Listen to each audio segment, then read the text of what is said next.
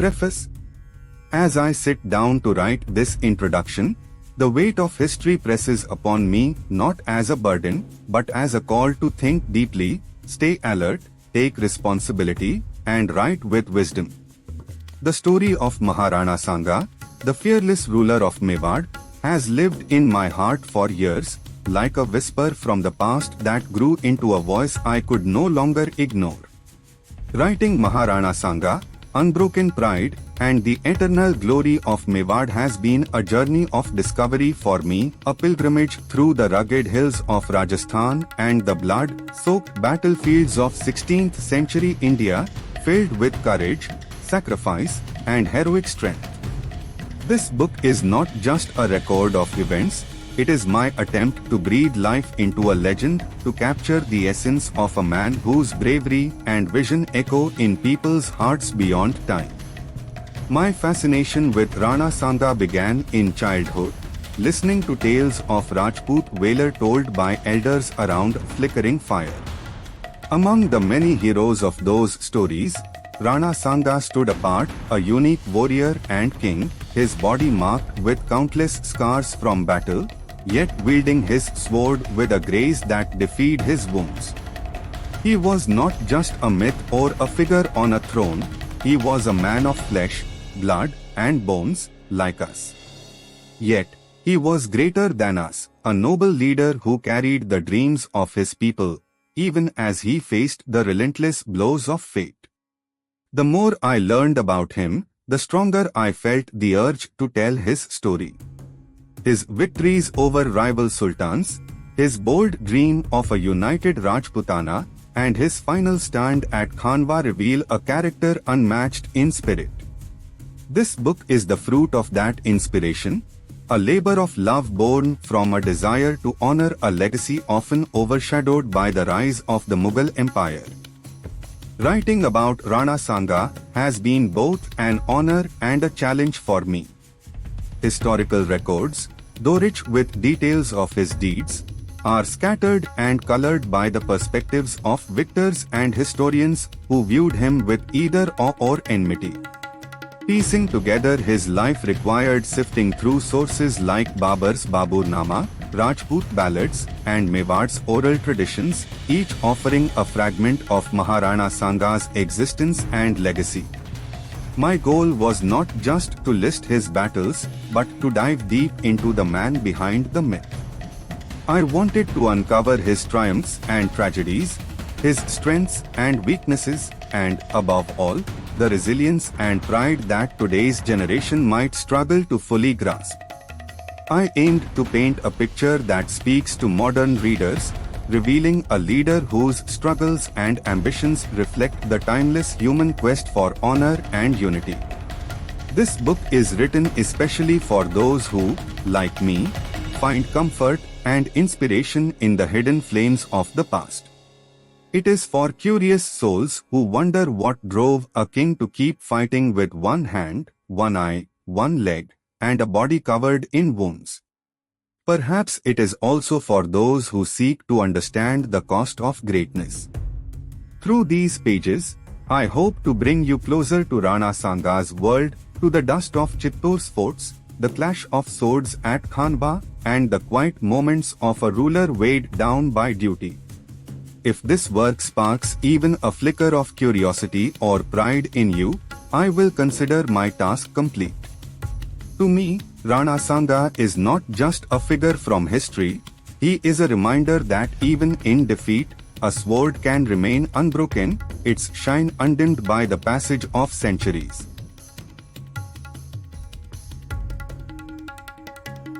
Author's thoughts. The story of Maharana Sanga has captivated my mind for as long as I can remember. A warrior carved into the stones of Mewar's forts, his name echoes in the vines of Rajasthan. Writing Maharana Sanga, Unbroken Pride, and the Eternal Glory of Mewar was not a choice for me, it was a calling, a burning desire to bring a great hero before the present, whose tale should shout from the walls of history. He was a man of iron will and boundless courage, a king who dared to dream of a united Rajputana when division was the norm, and who faced waves of conquest with a sword that never wavered. This book is my heartfelt tribute to him, a humble attempt to capture his fiery spirit, his flaws, and his deep love for his land and people. Creating it meant walking a tightrope between fact and legend, weaving together threads from historical records, ballads, and oral traditions. My aim was not just to describe his battles, but to reveal the soul that ran alongside his rule. I write for those who feel the pull of the past, who find in Rana Sanga's saga a reflection of our own struggles for honor and purpose, as well as inspiration and guidance. If these pages stir your heart or ignite even a faint spark of wonder, then I have succeeded in my effort. To me, Sanga is more than history. He is a flame that refuses to fade, a pride that does not falter even with its last breath. This is his story, and it is my honor to tell it. Introduction. In the records of Indian history, some names resound with the roar of valor, determination, and an unyielding spirit. One such name is Maharana Sangram Singh, better known as Maharana Sanga. This towering figure of the 16th century ruled Mewar, a kingdom nestled in the rugged Aravali hills of Rajasthan, a land long synonymous with honor, sacrifice, and defiance. His life, a saga of relentless battles and unwavering resolve, stands as a testament to Rajput principles, a moral code that placed courage and duty above comfort and life itself. This book, Maharana Sanga, Unbroken Pride and the Eternal Glory of Mewar, seeks to unveil the extraordinary story of a warrior king whose legacy burns bright even 5 centuries after his death, illuminating the pages of history with the gleam of his sword, the strength of his rule, and the depth of his political vision. Maharana Sanga was not just a king, he was a symbol of fierce resistance against invaders, a beacon of unity for Rajputana, and a mighty warrior whose name alone stirred awe in the hearts of friends and foes alike. Born into the Sisodia dynasty, which traced its origins to the sun, Rana Sanga inherited a kingdom forged in the fires of adversity. Under his reign, Mewar was more than a geographical entity, it was a stage for trials, a vision of an unbroken Rajputana, and a fortress of Rajput pride that stood fearless against the tides of conquest sweeping the Indian subcontinent. In an era when the land was fractured by rivalries and threatened by foreign invaders, Rana Sanga rose as a colossus over Mewar's soil. He wielded his sword not only to defend his realm but to carve a dream of a united Rajputana, determined to forge an alliance strong enough to face the mightiest empires. This book is not merely a chronicle of wars and dates, it is an exploration of a man who embodied the spirit of his age and transcended it. It peers into the dawn of his warrior life, tracing his journey from a young prince hardened by loss to a ruler whose military triumphs and lion-like roar echoed across the plains of northern India.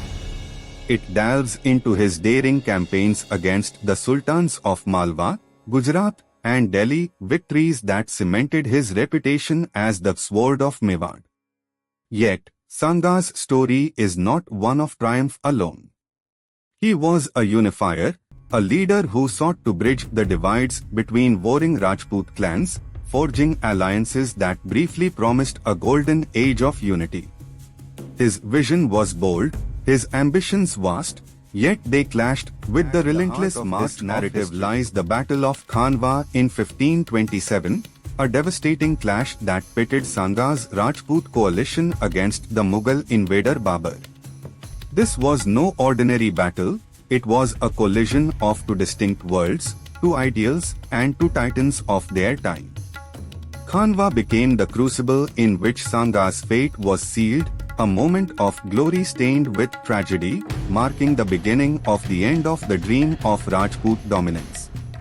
Yet, even in defeat, Rana Sanga's spirit remained unbroken, his legacy enduring as a flame that neither time nor conquest could extinguish.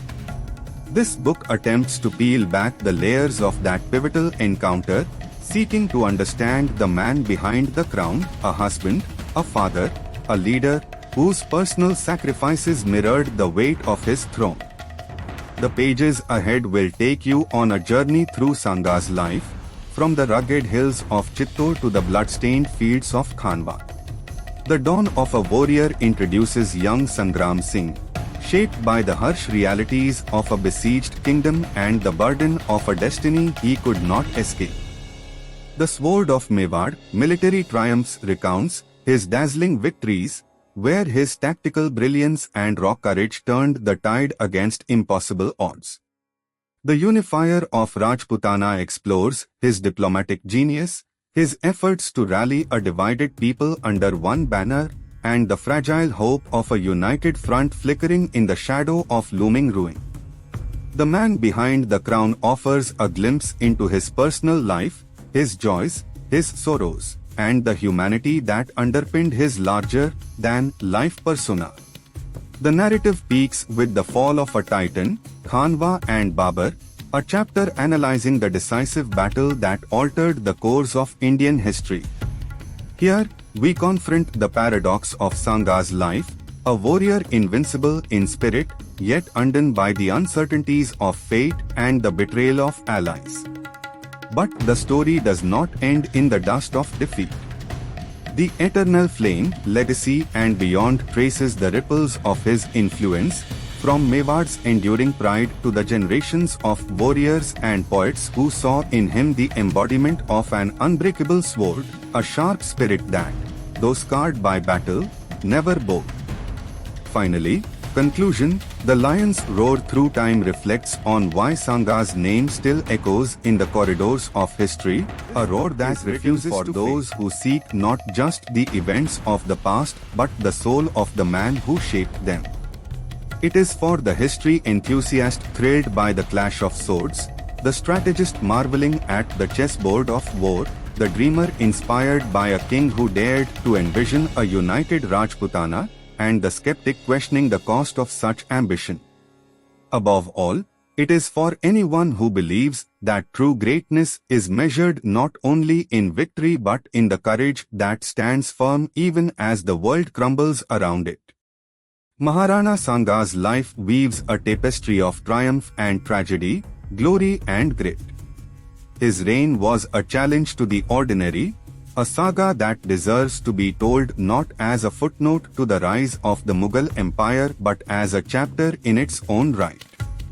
Sanga is a chapter of history where the sword of Mewar shone brightest against the darkest storms. As we embark on this journey into his world, we invite you to walk the ramparts of Chittor, hear the war cries of his armies, and feel the weight of a crown that bore a people's hopes. This is the story of Maharana Sanga, the unbroken sword, whose eternal glory shines as a beacon of valor across the vast expanse of time. In the chapters ahead, we will traverse the highs and lows of his remarkable life, piecing together a king who was both a product of his era and a force that shaped it. His tale is one of blood and honor, unity and betrayal, a flame that burned fiercely against the winds of change. Welcome to the saga of Rana Sanga, a tribute to a warrior whose roar echoes through the ages, a lion whose spirit remains unconquered.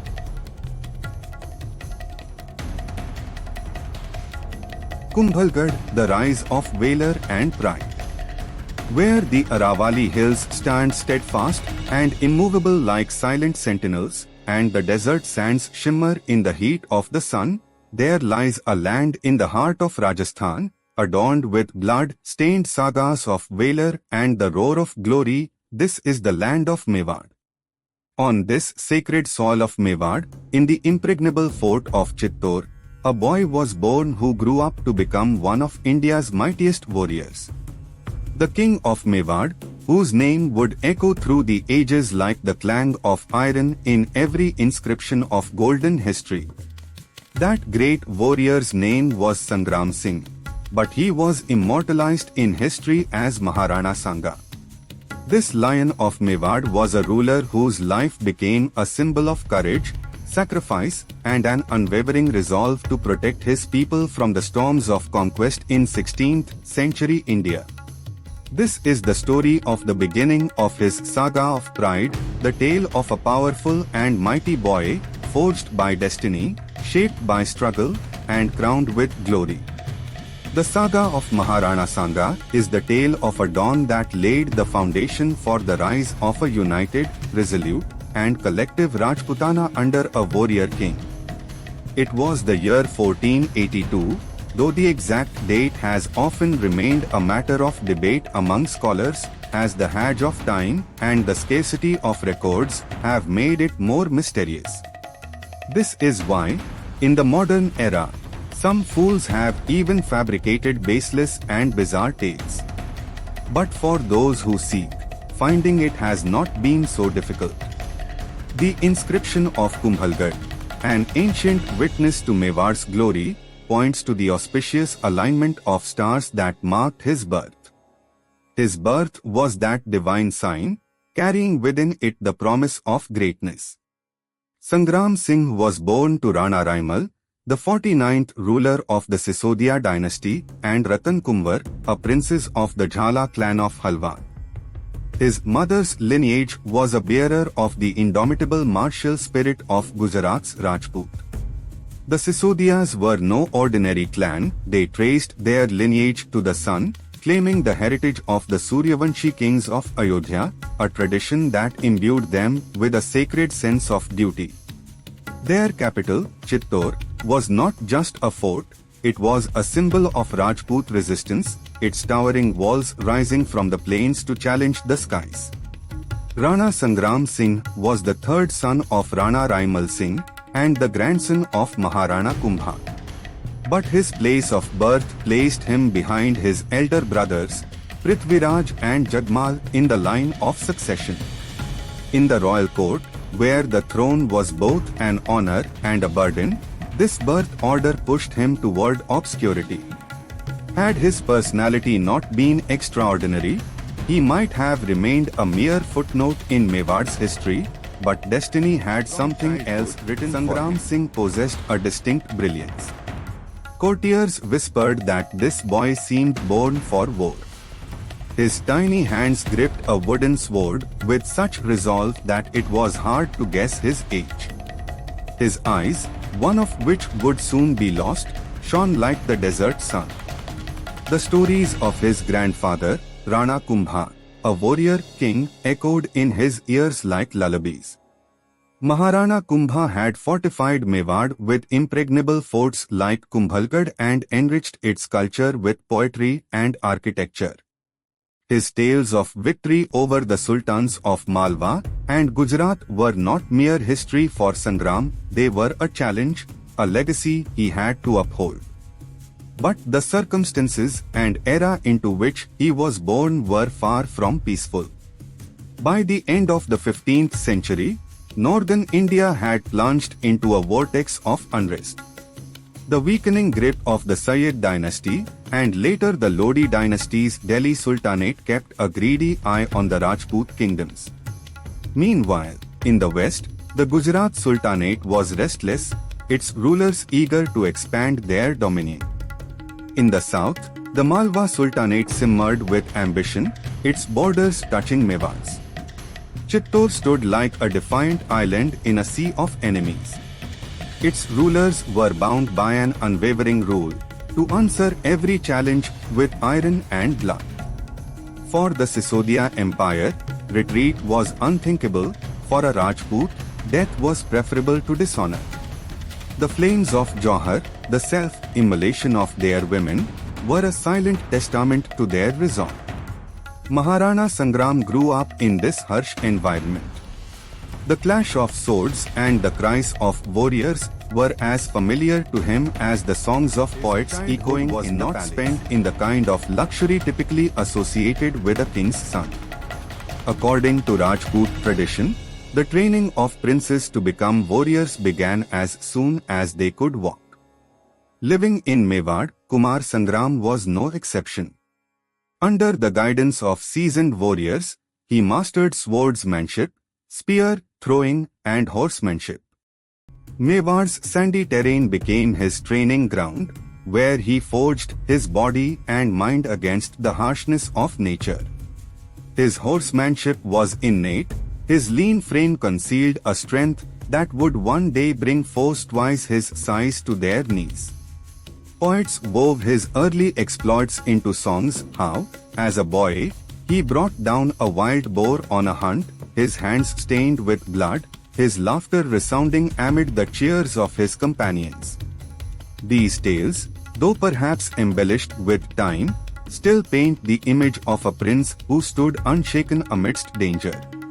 Yet the danger was not only from without, it breathed within the walls of Chittor as well. The Sisodia court had become a den of conspiracies, where a bloody game played out between ambition and loyalty. Kumar Sangram's father, Rana Raimal's reign, was fraught with family strife, born from succession disputes following Rana Kumbha's death. Kumar Sangram's elder brother Prithviraj was the clear heir, a fiery warrior whose temper matched his sword. The middle brother, Kumar Jagmal, nursed his ambitions, his envy working like a silent poison. Kumar Sangram was caught in this web of sibling rivalry, his position in the royal hierarchy uncertain yet decisive in conflict. Perhaps a misstep in a hunt or a tragedy in battle, in one such moment, Mewar's politics faced a calamity. A sword, wielded by a brother or a close kin, struck its mark, and Kumar Sangram's left eye was lost forever. This wound became the first mark of his life, a symbol of the violence that would color his destiny. Yet he bore this injury with such endurance that people were left astonished. Where others might have faltered, he grew stronger. His one-eyed gaze became a symbol of his unwavering resolve, but not the last. As he stepped into adolescence, Kumar Sangram's martial prowess became the talk of Mewar. From time to time, he joined his father's campaigns against neighboring chieftains and encroaching sultans. Each battle added a new chapter to his legend. His body and rule became a canvas of war, where sword cuts, arrow marks, and every injury became medals of honor. The Rajput code dictated that a warrior lead from the front, and Kumar Sangram embraced this wholeheartedly. He was not yet a Rana, but he had already emerged as a leader. When hope faltered, his voice rallied the people, his presence became a shield against despair. Poets wove his name into songs, and ballads of Valor began to take shape with the word Sangram, the incarnation of war. But life was not so simple. In 1508 or 1509, Rana Raimal's death plunged Mewar into chaos. The throne, a center of power and peril, became a prize stained with blood and betrayal. The eldest brother, Prithviraj, staked his claim first, his fiery spirit promising a victorious reign. But his rule was short-lived. Like the dark tales of Rajput history, a betrayal poisoned him at the hands of his brother-in-law, whose name was erased in shame. Jagmal stepped forward, his ambition laid bare, but his claim was weak, his support wavering. The court fractured, factions formed, and Mewar teetered on the brink of civil war.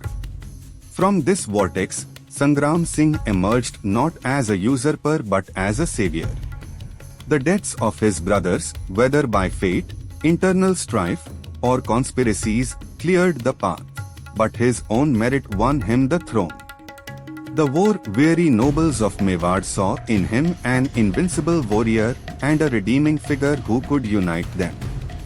The Rana of Mewar who would protect their existence and honor from the coming storms.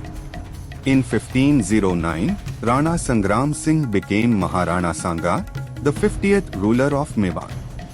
He was no longer the third son, nor a one-eyed boy, He was now the pride of Mewar, a Maharana, a title bearing the weight of 7 years of age. He stood tall despite his wounds. His broad shoulders bore the burden of a kingdom surrounded by conspiracies and enemies. His coronation within Chittor's walls was a solemn ceremony, but amid the chants, the clang of swords resounded. The crown he wore was not of gold but of resolve. That resolve was a vow to protect Mewar at any cost. As he gazed at the horizon from the ramparts, his single eye saw not only the land of his ancestors but also the future he would forge.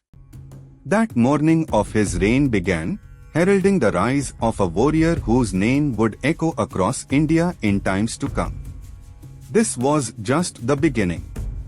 His battles against sultans, invaders, and even allies would test his courage in ways unimaginable. His body would break, his dreams would waver, but his spirit would remain unyielding. A flame that no enemy could extinguish. This was Rana Sanga, the Lion of Mewar, and his saga had only just begun.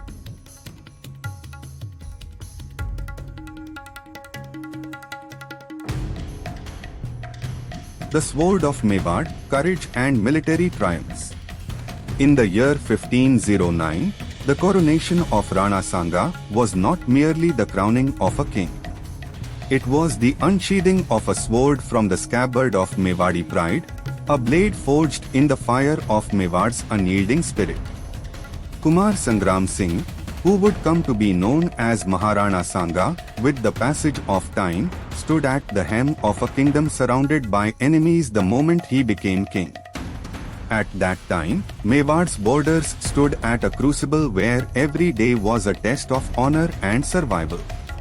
To the north loomed the shadow of the Delhi Sultanate, its Afghan rulers seated upon it, ravenous with the hunger for dominance. To the west, the Gujarat Sultanate, and to the south, the Malwa Sultanate sharpened their teeth against Mewar, while from all directions, the Mughal power stood eager to swallow Rajput land. Yet, Maharana Sanga was no ordinary prey to be easily subdued. He was a trained and capable, fearless hunter, a lion whose roar alone shook the foundations of empires in that era. Ascending the throne, over the next 2 decades, he elevated Mewar to the pinnacle of its power. His military campaigns were a symphony of valor, strategy, and sacrifice. This is the saga of those battles that defined his reign, those victories that etched his name onto the stones of Indian history, and those wounds that made him the unconquerable sword of Mewar. The Battle of Khatoli, a roaring challenge, 1517. Sanga's first great trial by fire came in 1517, when only 8 years of his reign had passed. Winds of war were blowing fiercely from the north. The Sultan of Delhi, Ibrahim Lodi, had inherited an unstable empire from his father Sikandar Lodi in 1517. Arrogant and ambitious, Ibrahim resolved to impose his authority over the Rajput states, but for that, he had to cross swords with Mewar, where Sanga stood at the forefront of the Rajput kings. Thus, seeing his dream, Ibrahim considered Mewar a thorn in his side. On the other hand, Maharana Sanga viewed the Delhi Sultan as a challenge. He had always dreamed of a united India and a consolidated Rajputana, a vision that seemed achievable through this war, a unified Rajputana free from foreign rule. The spark of conflict flared in the border region of Harvati, near present-day Kota, over a minor dispute. But this spark soon turned into a blaze that tested and measured the courage of Khatoli was fought on dusty plains where the foothills of the Aravali met the lush banks of the Chambal river. Sanga assembled an army of Rajput warriors, including Sisodias, Rathors, and Kachwahas, their banners fluttering like the wings of 1,000 hawks. Historians differ on the size of his army, but estimates suggest around 20,000 cavalry and infantry, their swords gleaming in the midday sun. Ibrahim Lodi marched south with a vast force of Afghan cavalry and mercenaries, confident that his numbers would crush the Rajput rebellion. But his estimation fell flat on its face. For Maharana Sanga of Mewar was no inexperienced warrior. He had spent his youth training in the battlefields of the desert. His one eye read the battlefield as a poet might read an ancient text. The clash was fierce and devastating, as if a storm of iron and blood had erupted. In the battle, Rana Sanga rode at the forefront on his war horse, his voice thundering like lightning, uniting his soldiers and filling them with confidence. The Rajput cavalry charged with the speed of a whirlwind, their spears piercing through Lodi's ranks. Though the Sultan's army was larger, it lacked coordination. Relentless assaults broke their lines and their resolve. Amid the battle, Rana Sanga paid a heavy price. An Afghan sword severed his left arm, blood soaking the sand beneath him. Moments later, an arrow struck his leg, leaving him lame for life. Pain burned through his body, but his spirit remained unshaken. Leaning on his saddle, he fought on, wielding his sword with one hand, his cries urging his troops forward. The assault did not relent, and then came the counterattack.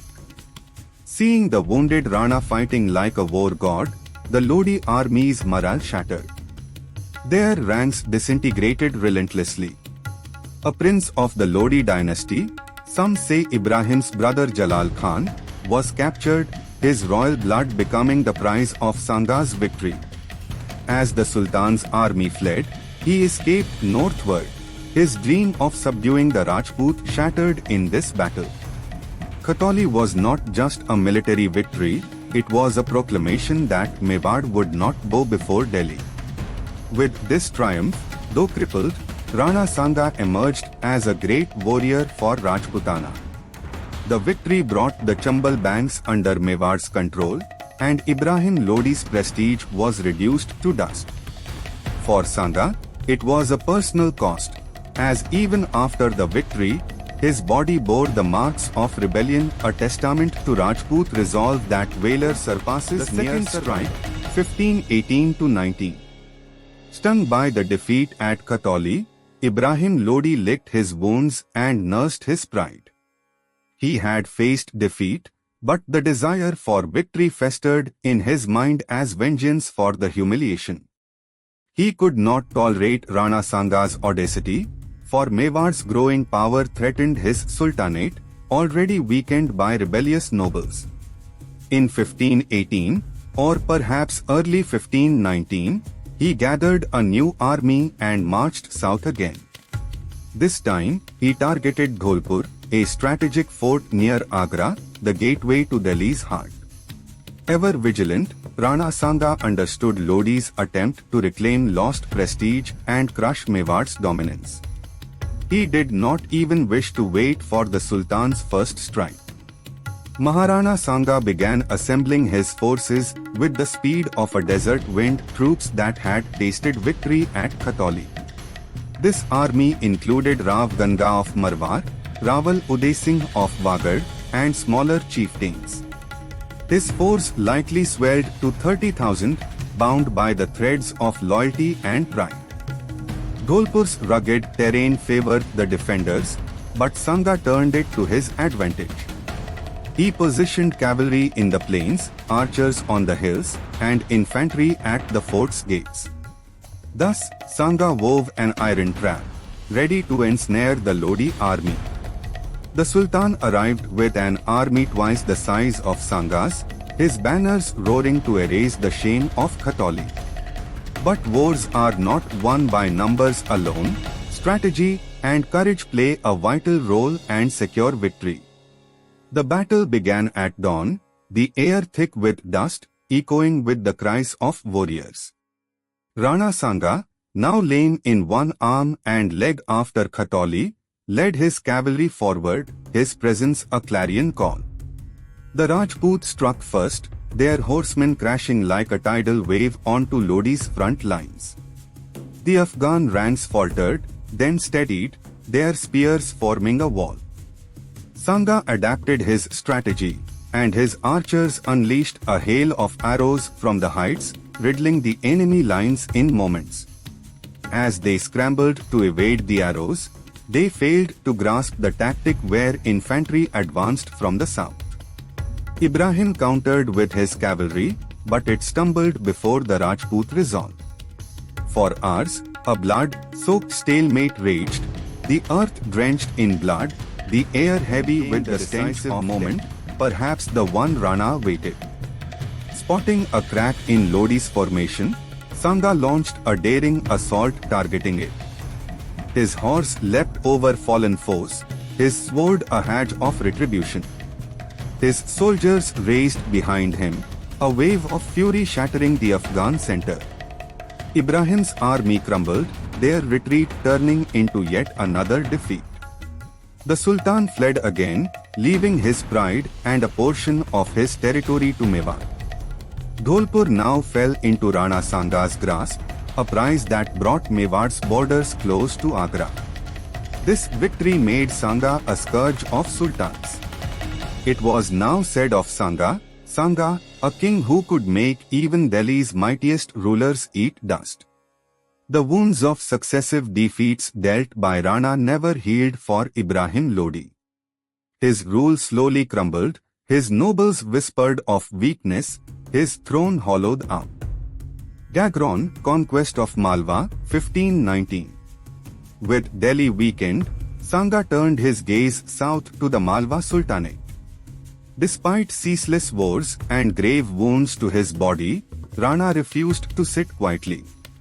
He now sought to conquer Malwa, a land rich in trade and rife with turmoil. Its ruler, Mahmud Khilji too, had become a puppet of his Rajput vizier, Medini Rai. This chieftain of Chanderi had wrested control from the Sultan. Medini Rai, a Hindu warrior, sought Rana Sanga's aid to strengthen his position against Khilji's loyalists, promising loyalty in return. Sanga saw opportunity not only to aid an ally but to expand Mewar's dominance and strike another Muslim sultanate. In 1519, he marched on Malwa with an army of 40,000, bolstered by Rai's contingents and the promise of plunder. The Battle of Gagron was fought near the Gagron fort.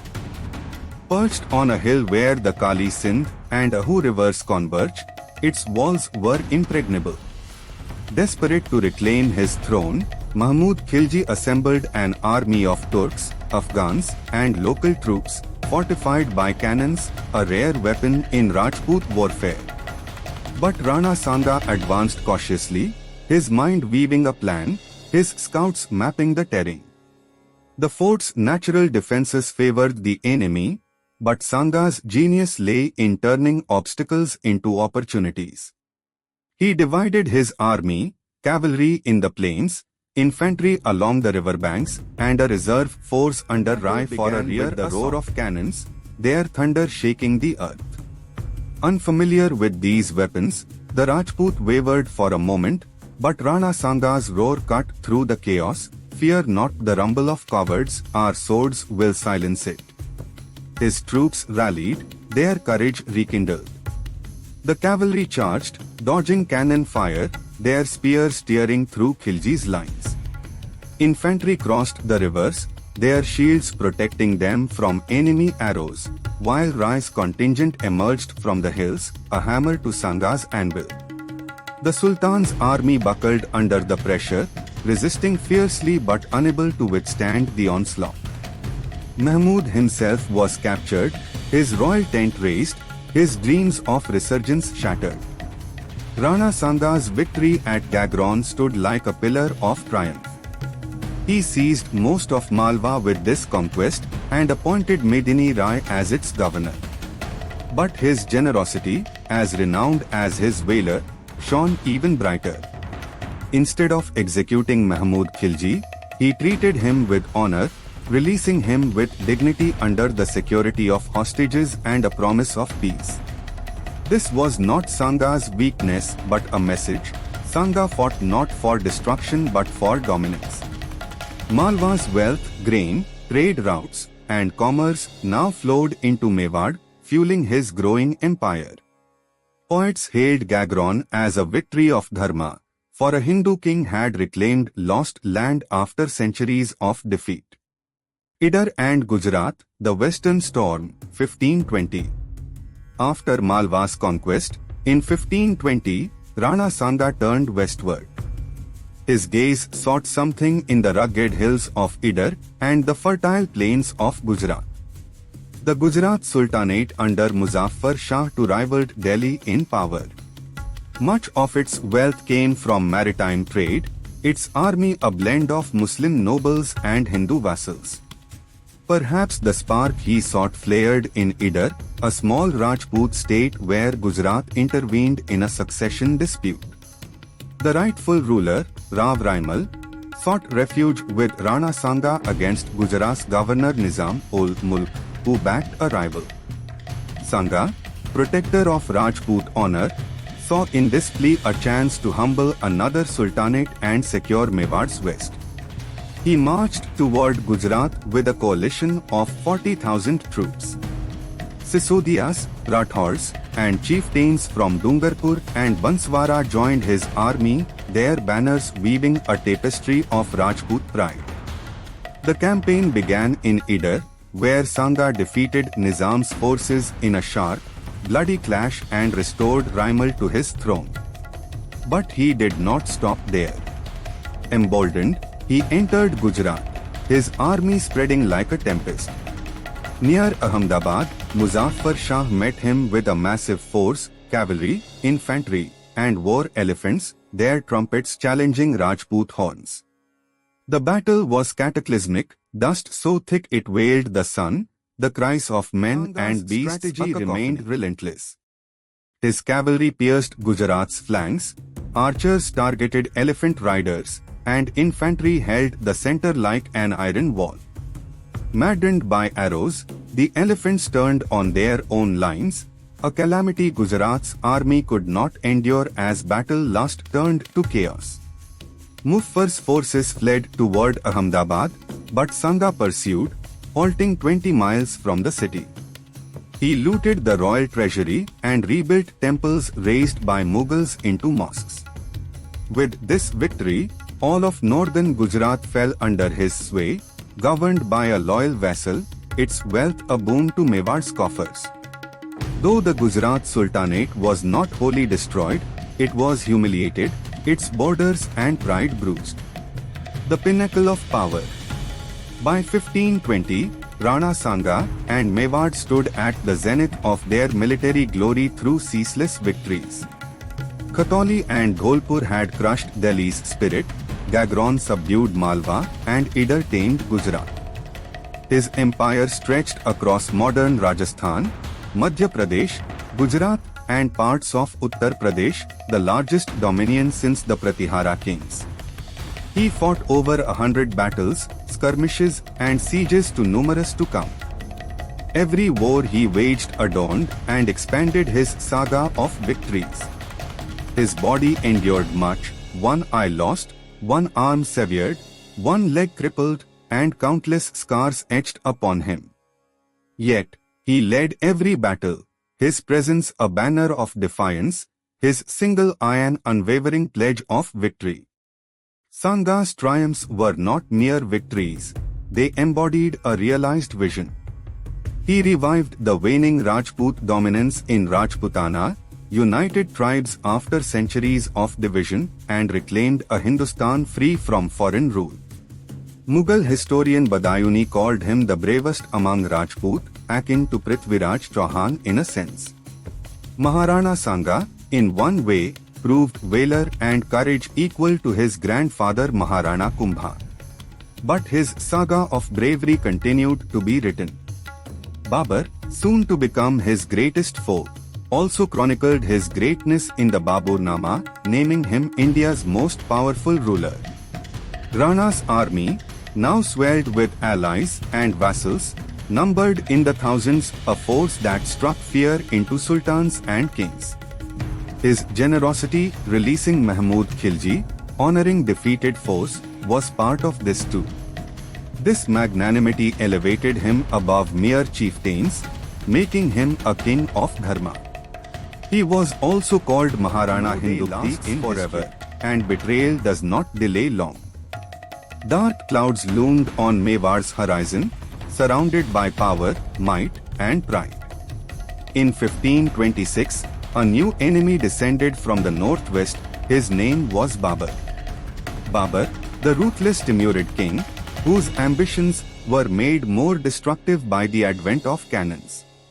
In Babur, Maharana Sanga faced his greatest test. A clash that would pit Rajput valor against Mughal innovation. The victories of Khatoli, Dholpur, Gagron, and Idar had built an empire, but Khanwa was to become the stage that would decide its fate. For now, Rana Sanga reigned supreme, the proud sword of Mewar, a warrior whose triumphs lit Rajputana's sky like 1,000 suns.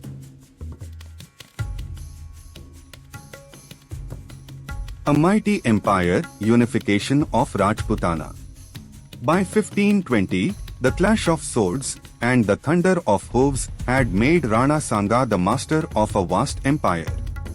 It was no longer confined to Rajputana, present-day Rajasthan, alone, but now stretched from the Aravalli hills to the plains of Malwa and the borders of Gujarat.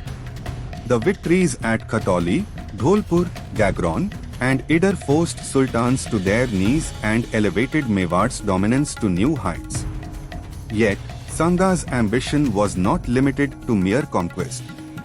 He dreamed of a fully united Rajputana, a land where clans, long divided by pride, rivalry, and petty disputes, would set aside their conflicts to stand together against the tide of foreign invaders.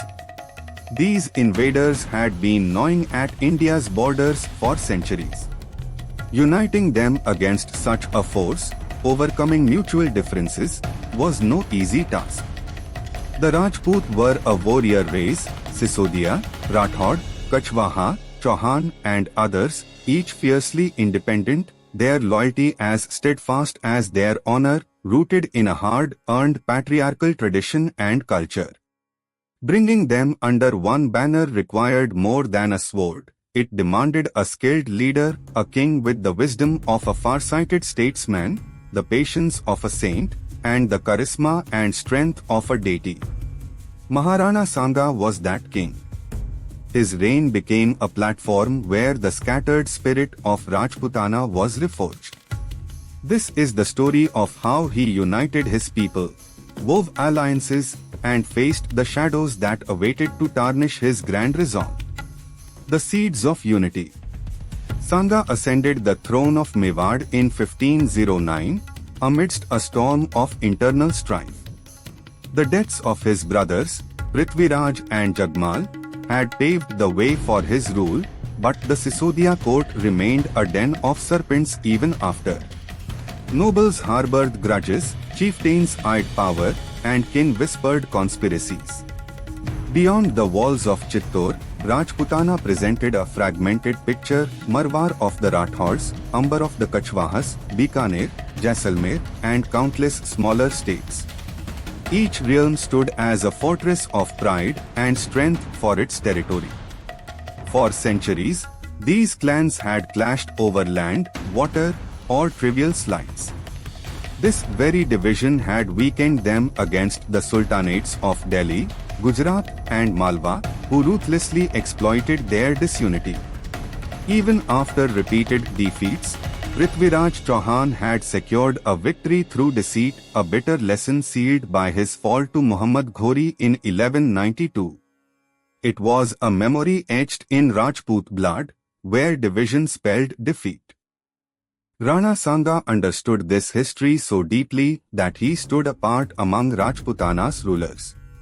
His grandfather, Rana Kumbhalgarh, had briefly united clans against Malwa and Gujarat, but that alliance frayed and collapsed with his assassination in 1468. Yet, Rana Sanga adopted his grandfather's strategy and resolved to succeed where others had failed. He had to not just to protect Mewar, but to rebirth a Rajput confederacy capable of wresting northern India from invaders. His military triumphs laid the groundwork for this unity, but cohesion required more than victory. It demanded trust, a commodity rarer than gold in Rajasthan's war-torn deserts. Thus, from the outset, he began mending the cracks within Mewar, knowing well that a broken house could never unite others. His first step was to bridge the divide among the Sisodia chieftains. Influential leaders like Rawat Kandhal and Banbir, who nursed their own ambitions, were won over not by force but with respect. Rana Sanga sat with them in court, his single eye meeting theirs, his voice resolute, proclaiming Mewar greater than any one clan. He granted titles and lands to those who swore loyalty to Mewar, turning rivals into allies over time. His marriage to Rani Karnavati, a princess of the Hara clan of Bundi, was a diplomatic masterstroke. It tied the Haras to Mewar and bound their valiant warriors to Sanga's banner. Wise and determined, Karnavati became his partner in this resolve, her counsel as sharp as a sword. The web of alliances. After securing Mewar's internal unity, Rana Sanga cast his net wider. The Rathauds of Marwar under Rav Ganga were his first target. Though Marwar was Mewar's rival, it was also home to desert-hardened warriors and shrewd leaders. Pragmatic by nature, Rav Ganga watched Sanga's rise with wary eyes. Their alliance wasn't forged in blood but cemented by mutual need. Rav Ganga sought protection from Gujarat's encroachments, while Sanga needed Marwar's cavalry for his campaigns. At Katoli in 1517, Ganga's horsemen fought shoulder to shoulder with Sanga, their spears stained with Lodi blood. Victory deepened their bond, and Rav Ganga became a steadfast ally. From then on, their banners flew alongside Mewar's in every major battle. To the east, the Kachwahas of Amber presented another opportunity for Rana Sanga. Rav Prithviraj Singh I, a young and ambitious ruler, was his brother-in-law through his sister's marriage. The Kachwahas held sway near Delhi's borders, their loyalty key to challenging the Lodi Sultanate. Rana Sanga welcomed Prithviraj, promising him a share of Dholpur's revenues in 1518-19. The young Rav proved his worth, his warriors fighting as valiantly as their kin. Bound by family ties and battlefield brotherhood, this alliance extended Mewar's influence to the Ganga plains, marking a step toward Delhi. Rawal Uday Singh of Wagad, a hilly region south of Mewar, pledged allegiance to Sanga after the 1519 victory at Gagron, impressed by his magnanimity toward Mahmud Khilji. Rav Veeram Dev of Mirta, a Rathaud cousin, joined Sanga's forces after Idar in 1520. Veeram Dev's cavalry bolstered Sanga's western campaigns. Others followed, lesser lights in Rajputana's sky, chieftains of Dungarpur, Banswara, and Sirohi saw in Rana Sanga a leader worth following. Their swords were drawn by the promise of glory and the fear of isolation. Even Medini Rai, a Rajput vizier of Malwa, became a vassal after Gagron, his Chanderi warriors strengthening Sanga's army.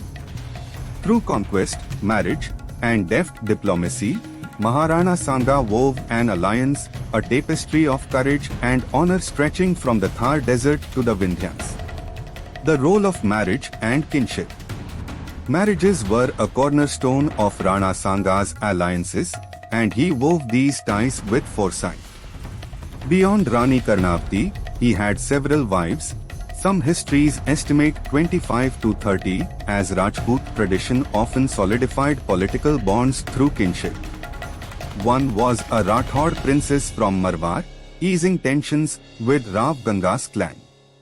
Another was from the Chauhans of Ranthambore, a fortress of strategic value dear to Sanga. Each bride brought warriors, wealth, and loyalty. In a sense, their dowries included valor, courage, armies, and blood alongside gold. Yet, Rani Karnavati remained a principal queen, and her sons Ratan Singh II, Vikramaditya, and Uday Singh II became heirs to his legacy. Born in 1522, Uday Singh would later father Maharana Pratap, who challenged the Mughals. There's no doubt that marriages forged strong bonds, but these unions were not merely political, they were personal. Rana Sanga treated his wives with respect, their voices echoed in the palace, and their kin were welcomed at court. Karnavati, in particular, emerged as a force, her regency after Sanga's death a testament to his trust. Poets praised her beauty and wisdom. As a formidable wife and queen of Mewar, she paired her husband's valor with her own strength. Through these marriages, Rana Sanga ensured his alliance was not just one of convenience but a web of kinship, binding Rajputana's clans to a shared destiny. Yet, unity was a fragile flame, easily snuffed by the winds of pride and betrayal. The Rajput were warriors first, their honor a double-edged sword that cut both foe and friend. Rana Sanga faced this nature constantly, chieftains resentful of his authority, allies wavering under pressure, and vassals whose loyalty shifted with fortune.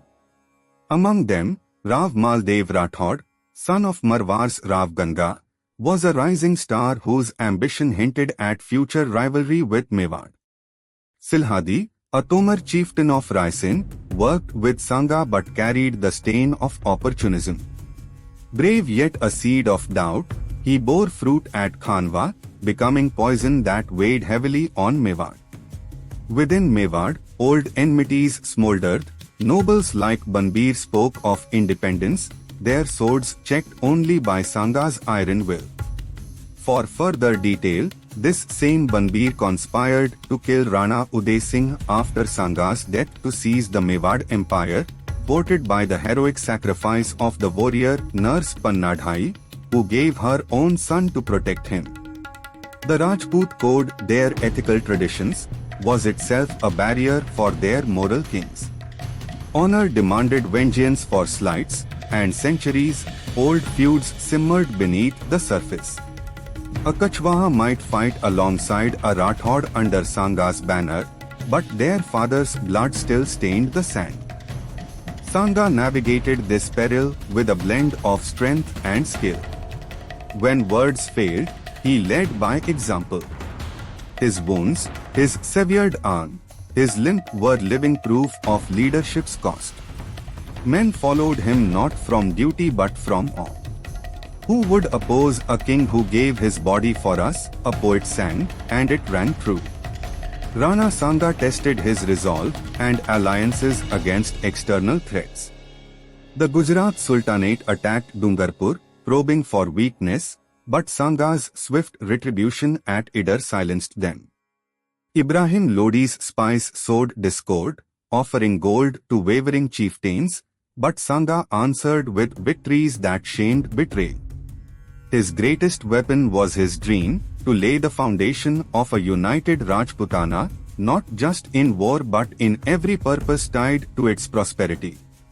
He spoke of reclaiming Delhi and reviving the Hindu empire lost since the Gurjara Pratihara days.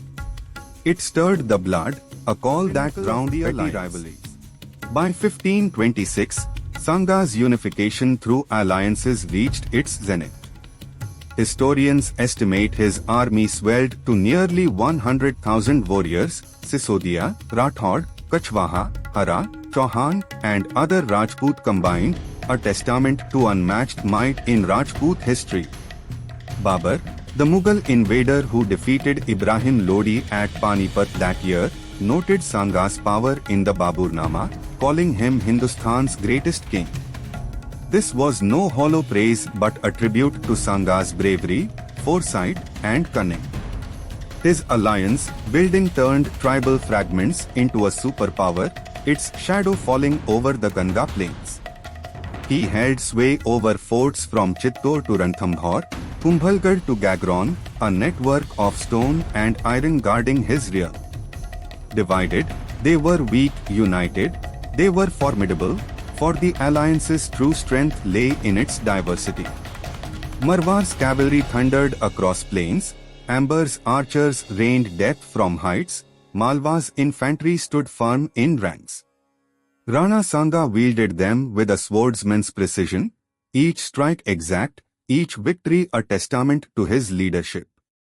His court became a gathering of kings, Rav Ganga, Prithviraj Kachwaha, Medini Rai, and other chieftains who bowed not to fear but to faith in his resolve. Poets called it Mewar's golden age, a fleeting moment when Rajputana stood united under Rana Sanga. The dark shadow of Khanwa.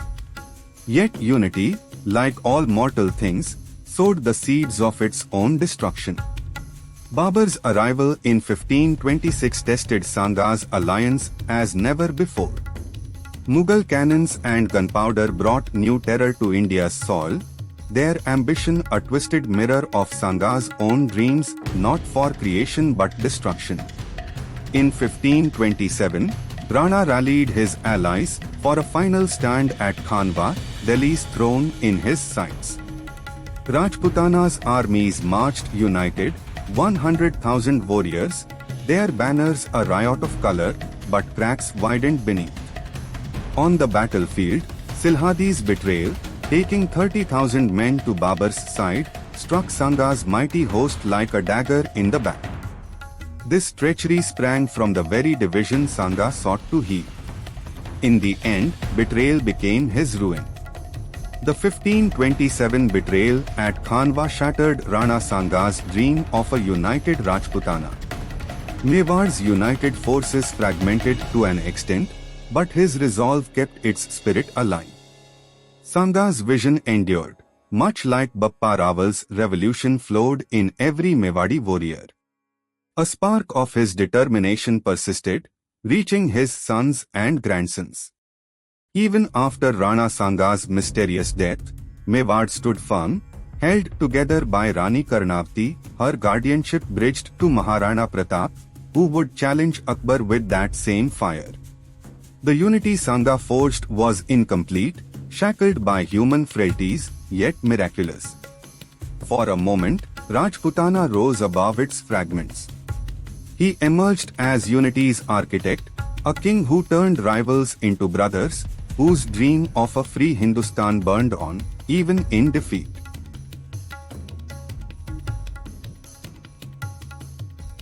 The man behind the crown. Maharana Sanga's name is etched in history as a warrior. Rana Sanga meant a king, a unifier, a towering hero who, with the edge of his sword and the power of his foresight, bent empires to his will. His battles reshaped Rajputana, his alliances sowed fleeting seeds of unity among its clans, and the echo of his defiance reverberated across the plains of northern India. But beneath the crown of Mewar, under the scars of countless battles, beat the heart of a resilient man.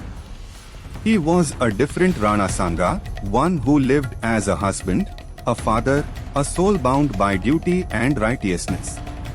We often read only of wars in history, but beyond the battlefield, there was life. A life every king, including Rana Sanga, lived.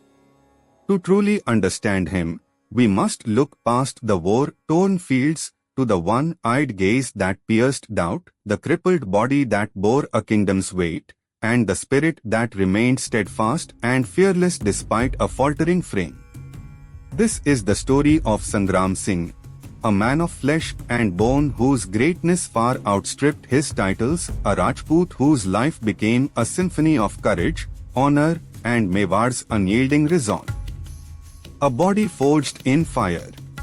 Meeting Rana Sanga was like encountering a living legend, a man whose physical form narrated a saga of war and endurance. Historians describe him with broad shoulders and an imposing stature. Though years and wounds had slightly bored him, yet he stood tall, like an oak weathered by storms. His face was a map of his life, one eye lost in a youthful skirmish, its empty socket a reminder of rivalry with his brothers. The other, a gleaming crystal of deep intensity, unsettled even the boldest foes.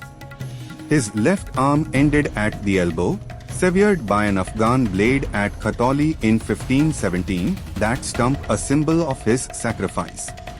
His right leg limped, crippled by an arrow in that same battle, forcing him to lean on a staff or his horse in moments of rest.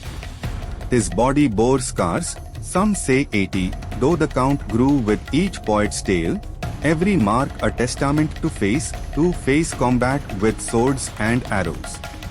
Yet Sanga carried these scars not as burdens, but as badges of pride.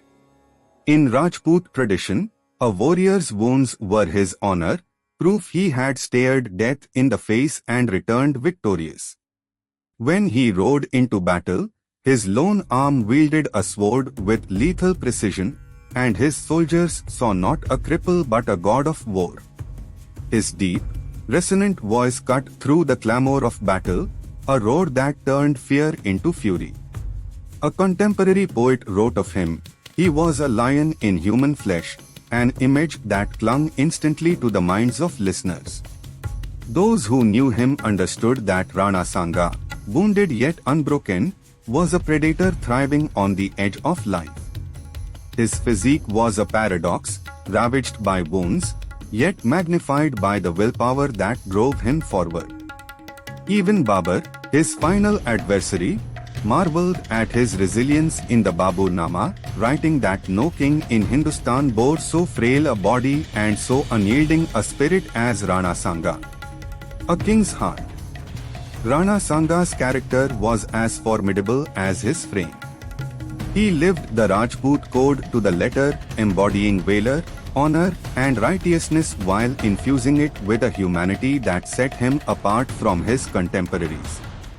Courage was his hallmark.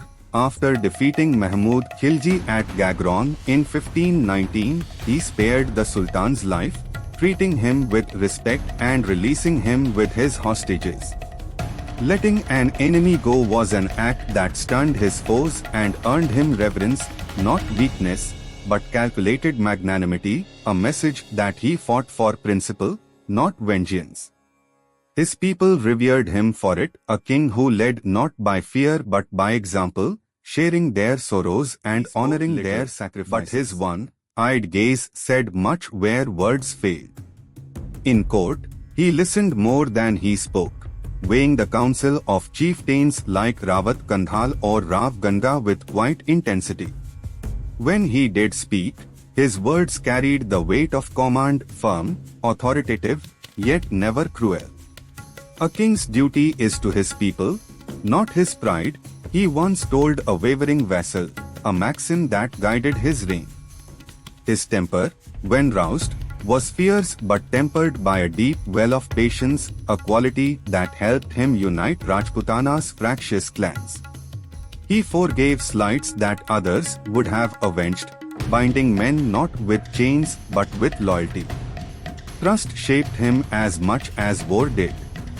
He saw himself as a guardian of righteousness, a devout Hindu king dubbed Maharana Hindupti for his deeds, tasked with shielding his land's ancient traditions from Muslim sultanates. Yet, when needed, he allied with Muslim vassals like Medini Rai's followers, a pragmatism that broadened his coalition. For Sanga, faith was not mere ritual but a moral duty to fight, endure, and uphold Mewar's honor above all. The court and the harem. Sanga's court was a microcosm of his realm, a gathering of warriors, poets, and kin where the clang of swords mingled with the strains of music. Chittor's halls echoed with the voices of bards weaving his victories into Rajput epics. He welcomed them, their songs softening his scarred visage, though he rarely lingered on praise. "Let the dead sing my name," he once quipped with rare humor. Warriors like Prithviraj Kachwaha and Rav Viram Dev found a home here.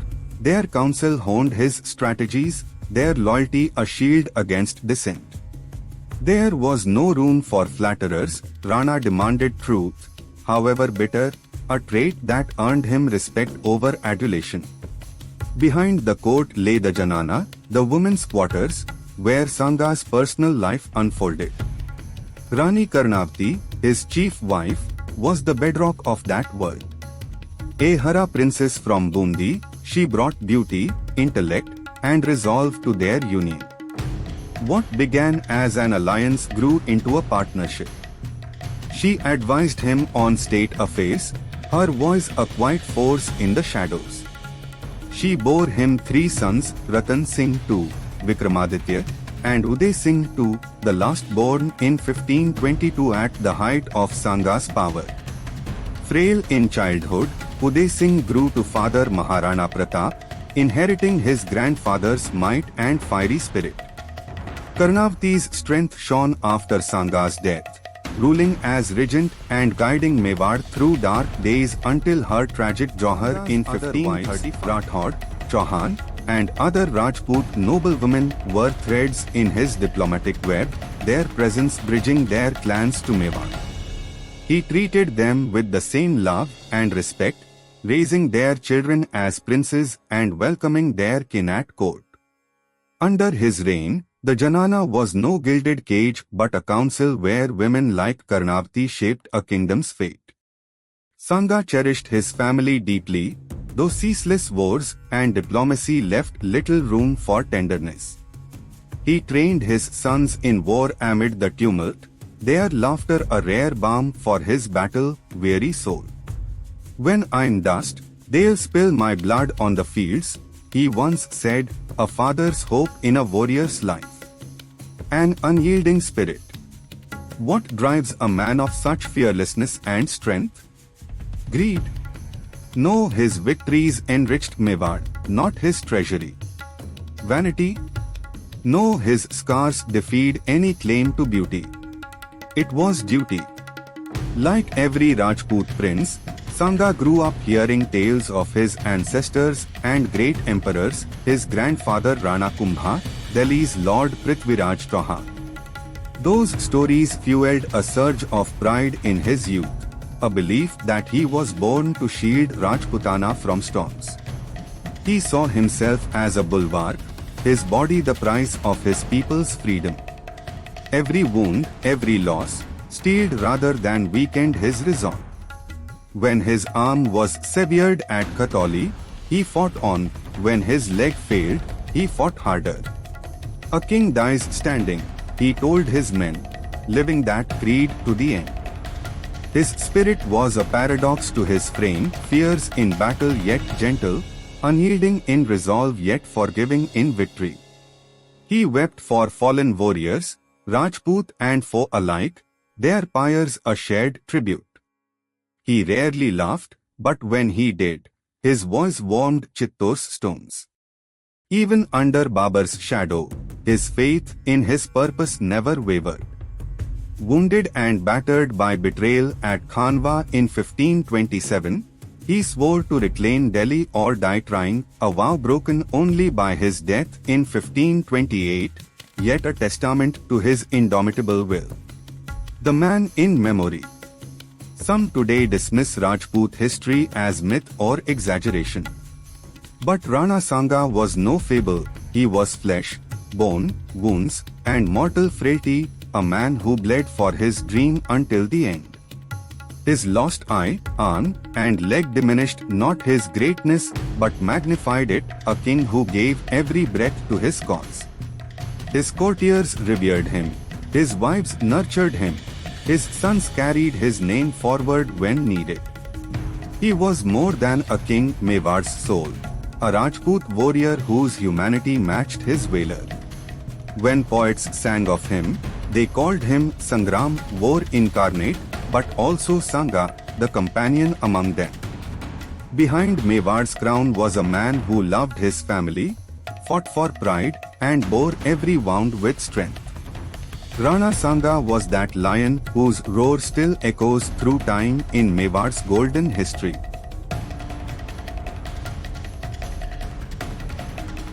The fall of a conqueror, Khanwa, Babur and Betrayal. From his ascension to the throne until 1526, Maharana Sanga stood as a towering chieftain at the pinnacle of Rajputana. His sword was stained with the blood of sultans. His alliance building had forged a united front of clans under Mewar's banner. His victories had brought Delhi, Malwa, and Gujarat to their knees, elevating the Mewar Empire to its zenith. It was said of him that Rana Sanga was a force that clashed with the mightiest empires of northern India. Yet, nothing endures forever except Valor, and a new shadow loomed on Mewar's horizon. This was not the shadow of old foes, but of a conqueror from beyond the Hindu Kush, one who cast aside morality to build dominion through destruction. A descendant of Timur and Genghis Khan, the Timurid prince Babur stepped into India with modern artillery and weaponry. His cannons shattered Ibrahim Lodi's army at Panipat on 21 April 1526. The Mughal surge had begun, but the Lion of Mewar, Maharana Sanga, saw in it both a threat and an opportunity. On 17 March 1527, the Battle of Khanwa pitted Rajput valor against Mughal innovation. On that soil unfolded a war destined to shape Hindustan's fate. It was Sanga's greatest challenge, a test of his courage, and the beginning of a tale of internal rebellion that led to his downfall. Betrayal strikes deepest in war, and it was this betrayal that imbued Mewar's heroic legacy in that battle with tragic glory. The rise of a new foe. Babur's triumph at Panipat was a thunderclap that echoed across Hindustan. Delhi's influence had always cast a positive or negative shadow over every Indian empire. But now, Delhi's character had changed. Ibrahim Lodi, Rana Sanga's old adversary, lay dead, his dynasty extinguished. The Delhi Sultanate was no longer Lodi but had fallen into Mughal hands. Babur's martial prowess stood apart, driven more by ruthless heart than sharp intellect. He brimmed with a brigand's cruelty, bolstered by modern artillery, yet Delhi's misfortune was that he was no mere raider. His aim was to forge an empire, his gaze fixed on Hindustan's wealth, fame, and splendor. After establishing his new capital at Agra, he began surveying a fractured land divided among warring kings, ripe for conquest. Yet, it was not as simple as he thought. For one power stood tallest, Mewar under Rana Sanga, a king whose might surpassed even the sultans Babur deemed formidable. In the Baburnama, Babur praised Sanga, calling him India's greatest ruler. He wrote of Rana as a man who fought hundreds of battles and bore the scars to prove it. To Babur, Sanga was not just a rival but a prize, a foe in that era who matched his strength. Rana Sanga viewed Babur's rise with a mix of caution and ambition. He had defeated Ibrahim Lodi twice, at Khatoli and Dholpur, pushing the Lodi Sultanate to the brink of collapse. Indeed, historians argue that Panipat was Babur's indirect victory. He merely finished what Sanga had started.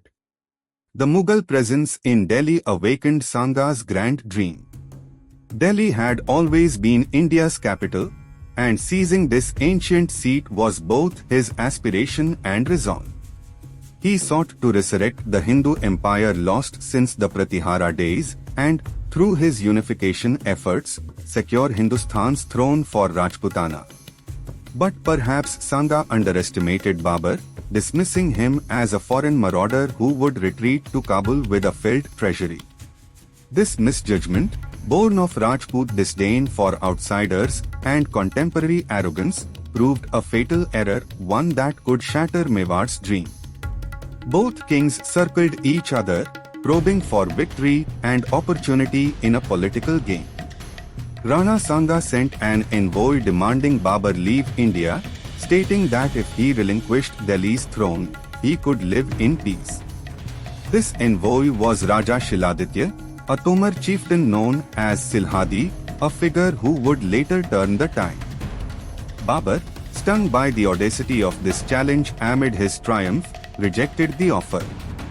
He saw Sanga's defiance as a threat to his nascent empire, a king whose courage and might could crush his lofty ambitions at their outset. Sanga's diplomacy morphed into defiance, and war became inevitable. The prelude to battle remained uncertain, but war was now essential.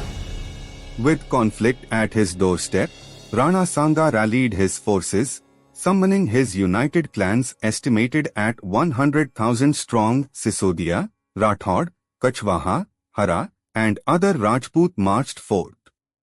Their advance was a sea of steel and banners. Babur encamped at Khanwa, near modern Bharatpur's Fatehpur Sikri, his smaller army armed with cannons and gunpowder, weapons unfamiliar to the Rajput at the time. The plains of Khanwa set the stage for a battle that would reshape India's destiny. The Battle of Khanwa, a clash of valor and fire. The morning of 17th March 1527 dawned cold and clear. The fields of Khanwa lay ready as the backdrop for the impending clash.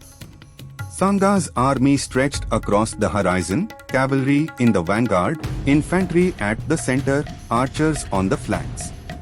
Mewar's force, a host of 100,000 warriors, roared a war cry that was a tribute to their ancestors. Leading them rode Sanga himself, a wounded warrior astride his horse, his single arm gripping a sword, his crippled leg braced in the stirrup. His presence was a beacon in the chaos of battle. Scarred, one-eyed, unyielding, he embodied Rajput courage, pride, might, and valor. His sole creed was to fight to the last breath, to die before yielding. Beside him rode his allies, Rav Ganga of Marwar, Prithviraj Kachwaha of Amber, Medini Rai of Chanderi, and countless chieftains whose loyalty had been forged in a decade of smaller, perhaps 20,000, yet armed with modern cannons and ferocious intent. He arrayed his troops in a defensive line, linking wagons into a makeshift fortress, cannons positioned between them, archers and gunners stationed behind. His strategy was unconventional, a blend of Central Asian tactics and Ottoman innovation proven in wars far from India's shores. He knew the Rajput strength lay in their charge, their courage a honed weapon that could cleave weaker foes. But against numerical odds, his cannons, Tufang and Zarb Zan were his trump card. The roar of foreign-made artillery was a terror the Rajput had never faced. Fighting cannons was an entirely new experience for their army. Some say that as the sun rose, Babur prayed before battle, vowing to forsake wine if Allah granted him victory, a rare glimpse, perhaps, of the man within the Sultan.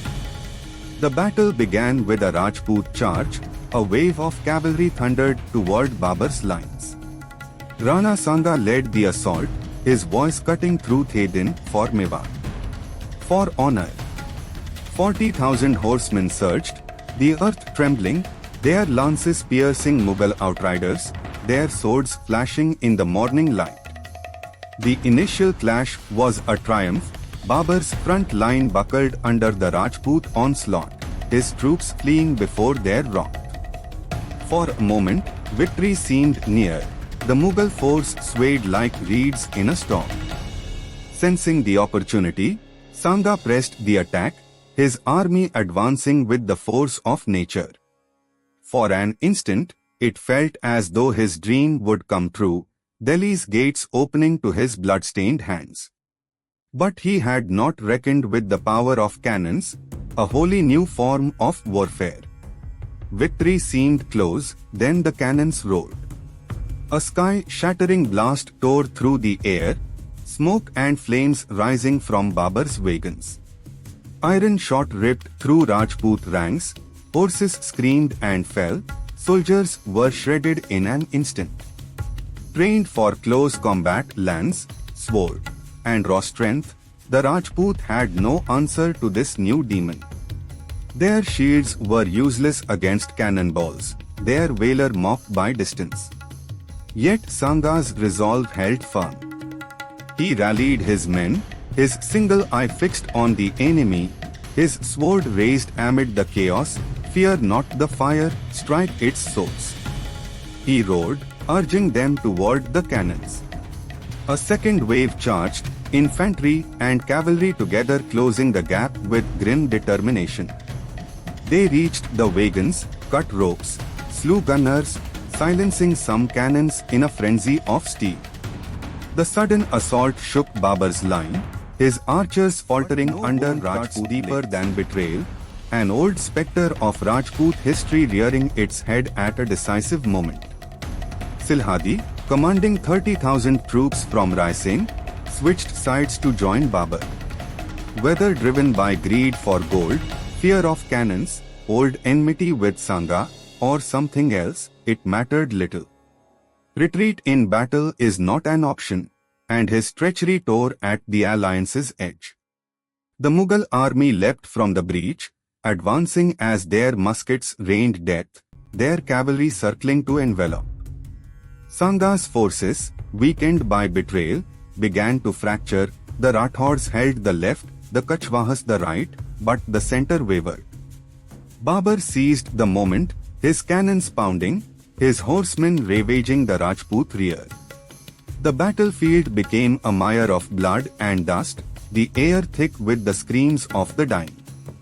Betrayal broke the army, and wounds and deceit battered Sanga's body. Yet his resolve and might never faltered, he fought like a demon. His horse fell, an arrow pierced his ribs, but he rose, limping, and unleashed a whirlwind on Babur's troops. As rebellion flared at the center, loyal forces swiftly filled the gap. Around him, his faithful Prithviraj Kuchwaha, Maldev Rathod, and Jhala chieftains formed a shield. Countless soldiers fell in the chaos of betrayal, but Sanga stood like a wall against the Mughal tide. His peers witnessed his unparalleled form that day, wound after wound, blood soaking his armor, yet he endured. Some called him a war demon, defying fate. His army's courage surged, seeing their Rana unboard. They fought with such ferocity that Babur's forces reeled. But the odds were now impossible. Betrayal's foundation may have been laid earlier. Otherwise, Babur would not have dared enter battle with just 20,000 men. He had gauged the treachery, weaving his web around it, exploiting the Rajput inability to counter guns and cannons with internal dissent he had foreseen. Victory became unattainable, yet Sanga fought on. As the situation grew dire, he collapsed unconscious, struck by blade or shot, his ravaged body lying amid the carnage. Loyal vassals found him, presuming him dead, and bore him from the field. Prithviraj and Maldev spirited him away as the Rajput lines scattered. So close to triumph, Rana Sanga's unyielding resolve was undone by betrayal's dagger. Wounded, he was carried from the field, but the battle was lost. The defeated army faced no mercy, Babur's forces slaughtered thousands, and Khanwa's plain became a grave for countless dreams due to Rajput betrayal. The Mughals claimed victory, securing their empire, perhaps fulfilling Babur's vow to Allah or shifting his fate through treachery. In Sanga's absence, his army, believing their king dead, dispersed. The defeat at Khanwa crushed not only Rajputana's ambition for Delhi but also the dream of unity Sanga had forged. The battle ended, and with it, his hope for Delhi faded. Rescued from Khanwa's field, Rana Sanga regained consciousness near Dausa at Baswa, where his loyalists sheltered him from the Mughals. His wounds were deep, physical and mental. Some say a dozen new scars joined the 80 old ones, yet his spirit burned brighter than ever. News of Khanwa's loss, Silhadi's betrayal, and the deaths of thousands struck him hard. A lesser man might have broken under such wounds, but Sanga was no ordinary soul. As he awoke, he swore an oath. He would not return to Chittor until he defeated Babur and seized Delhi. Born of Rajput honor, it was a defiance against a fate that mocked his broken body. His wounds took time to heal, but upon regaining strength, he began rebuilding his army, summoning his scattered allies once more. His voice was a clear call amid Khanwa's ashes. The effort to unite had staggered but not shattered. Word of Sanga's survival spread through Rajputana, and his resilience drew men back to him, his courage unbroken even by defeat. After Sanga's loss, northern India fell under Babur's sway. Crowned Sultan of Delhi, Babur shifted his capital from Kabul to Agra, tightening his grip on the land Sanga had sought to claim. His courtiers hailed Khanwa as a greater triumph than Panipat, for it crushed Rana Sanga's Rajput renaissance, the strongest voice of Rajputana. Yet Babur learned Sanga lived, though he did not pursue him, perhaps out of respect or fear of facing that one-eyed lion again. Sanga's retreat was no surrender, it was a pause, a gathering of strength for a war or dream he could not fight to its end in life. Glory, a beginning in the end. History records two conflicting dates for Rana Sanga's passing, 30th January or perhaps 20th May 1528, at Kalpi. Months after Khanwa, he departed, but accounts of his end vary, shrouding it in mystery. The cause remains veiled, whispers of poison by chieftains, names like Banbir or Maldev Rathod, whose ambition grew in his father's shadow, men who feared pursuing Babur would ruin them alongside Sanga. Others say decades of war exhausted his body, over 80 wounds too much even for his iron will. Whatever the truth, he died as he lived, a rebel for his homeland, crippled yet strong, his gaze fixed on Delhi until death, his oath unfulfilled but defeat for Rana and Mewar, yet it crowned Sanga's legacy with tragic splendor. Plainly seen, he fell not to weakness but to a new age he could not halt. The change Babur brought, cannons and gunpowder, was novel to India's traditional warfare, a shift the Rajput lacked an answer for in time. Historian Andre Wink argues Khanwa, more than Panipat, solidified Mughal rule, breaking Sanga's Rajput revival. Had Silhadi stood firm, had the guns fallen silent, Sanga might have rewritten India's fate. Instead, his fall paved the way for Babur's successors, a dynasty that would reign for centuries. The betrayal at Khanwa bore the blame for every crime Babur committed. Sanga's body departed, but his great spirit and resolve endured. His resolve was a fire whose spark flared again in his grandson, Maharana Pratap, who challenged Akbar with that same blaze, resolve, might, and pride. Khanwa was not the end but the start of a flame that coursed through Mewar's blood. It was a harsh trial where Sanga's valor shone brightest amid the direst odds. He fell from a throne not in shame but in glory. His name remains a roar, echoing through ages in the soul of every proud Rajput forever.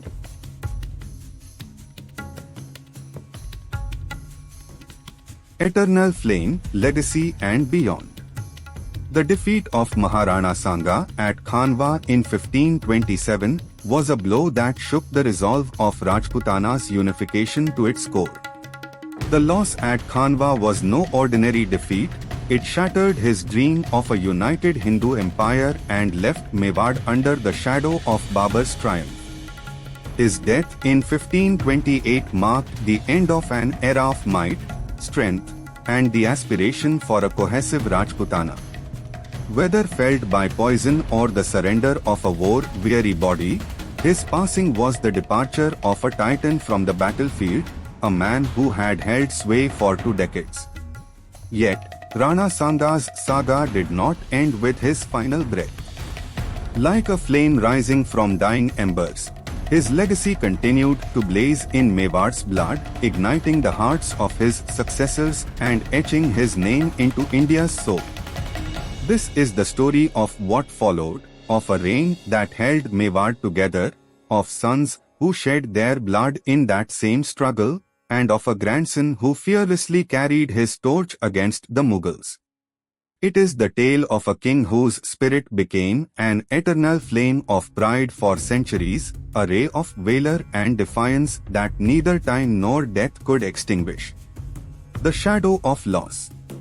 Rana Sanga's mysterious death in 1528 plunged Mewar into a chasm of uncertainty. He died at Kalpi, or perhaps elsewhere, as accounts differ. His body was returned to Chittor in a somber procession, his single eye closed forever. Poets sang of his departure in tones of grief and pride, their trembling voices recounting his wounds, his victories, and his unfulfilled oath to reclaim Delhi. The court mourned not just a king but a conqueror whose presence had bound a coalition of clans together. The dream of unity he had nurtured teetered on the brink of collapse. Yet Babur, secure in Agra, did not exploit this vulnerability while Mewar rested under Rani Karnavati's regency. His restraint may have stemmed from weariness of Mewar's lingering strength or satisfaction with Khanwa's lesson.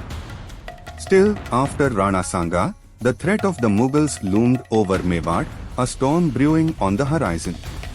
The throne passed to Sanga's eldest son, Ratan Singh II, barely 20 years old and born to Rani Karnavati. He inherited a realm battered by defeat, its borders weakened. Mewar had just lost Rana Sanga, and as a result, its allies wavered. Ratan Singh could not match his father's towering shadow, and his reign from 1528 to 1531 was brief and fraught with peril. Sensing weakness, Gujarat's Sultan Bahadur Shah struck at Mewar's western reaches, compounding its woes. This opportunity fueled internal dissent, giving direction to the simmering ambitions of nobles like Banbir. A Sisodia kinsman and chieftain, Banbir's hunger for the throne flared. Ratan Singh died in 1531, some say in battle, others by betrayal, leaving no heir. His short rule remained a fleeting echo of Rana Sanga's brilliance. After Ratan Singh's death, the crown fell to Sanga's second son, Vikramaditya, then just 12 or 13. His youth required a regent, and Rani Karnavati stepped forward. She was Mewar's queen, her strength an echo of her husband's resolve. Karnavati was more than a wife, she had been Sanga's lifelong companion, her counsel shaping his reign, her Hara blood lending it fortitude. From 1531 to 1535, as regent, she held Mewar together with unyielding will. She bound the nobles, fortified Chittor, and repelled Gujarat's incursions. Her rule was a bridge, a desperate effort to preserve Rana Sanga's legacy until her sons matured. Yet fate was unkind, and Mewar faced another cruel blow. In 1535, Bahadur Shah besieged Chittor, his army bolstered by Mughal aid. Outnumbered and betrayed by faltering allies, Karnavati led the fort's women into Johar self-immolation to escape dishonor, while the men marched to Saka, the final stand of Rajput glory in Mewar. Vikramaditya survived the carnage, but his rule remained feeble. In that weakened state, Banbir murdered him in 1536 and seized the throne. Amid this chaos emerged Sanga's third son, Uday Singh II, seen as the true heir to his father's spirit. Born in 1522 amid Sanga's triumphs, Uday was an infant during Khanwa and grew up in exile after Chittor's fall. Banbir's treachery forced him to flee, finding refuge with loyalists like the Jhala chieftains of Sadri. In 1540, at 18, he reclaimed Mewar with the aid of his nurse, Panna Dai. Her sacrifice was a boon to Mewar. She gave her own son's life to save Uday Singh. Panna Dai's tale is one of loyalty, proof of the bond Rana Sanga forged with his vassals. Uday Singh's reign was fraught with strife. He could not hold Chittor long, losing it to Akbar's assaults in 1568. But like his father, he refused defeat, founding Udaipur as a new bastion of Sisodia pride. His son, Maharana Pratap, born in 1540, became the torchbearer of Sanga's defiance, a warrior whose 1576 Valor at Haldighati mirrored his grandfather's steadfast will. The flame carried forward. Rana Sanga's legacy lived most powerfully in Maharana Pratap. A grandson he never knew or saw, Pratap was shaped by tales of his grandfather's courage and might. He inherited not just Sanga's blood but his vision, a Rajputana free from Mughal yoke, a Mewar untouched by surrender. Where Sanga faced Babur, Pratap challenged Babur's grandson Akbar in decades of relentless war. At Haldighati, Pratap displayed the same ferocity Sanga had shown at Khanwa. His horse Chetak leapt at foes as Sanga once charged Babur's cannons.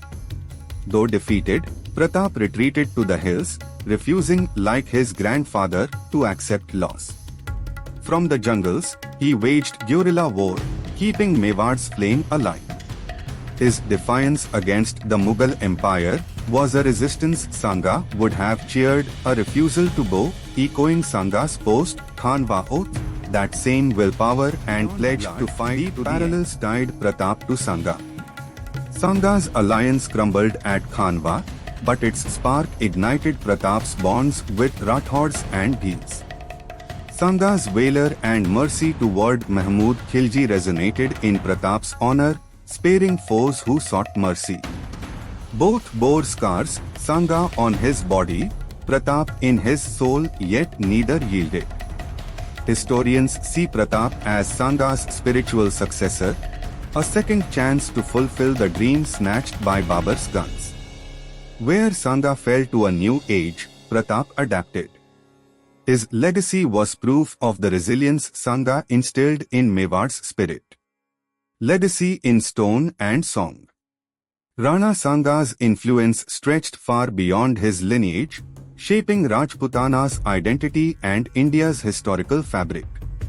Under his reign, Mewar's forts, Chittor, Kumbhalgarh, Gagron, stood as symbols of might, their walls bearing witness to his grandfather Kumbha's vision and his own triumphs.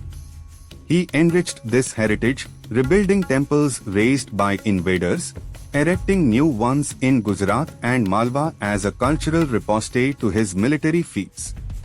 His patronage of poets ensured his deeds lived in song. Works like the Rana Sanga Gatha wove his wounds, victories, and fall into Rajput ethos, threading them with honor and sacrifice.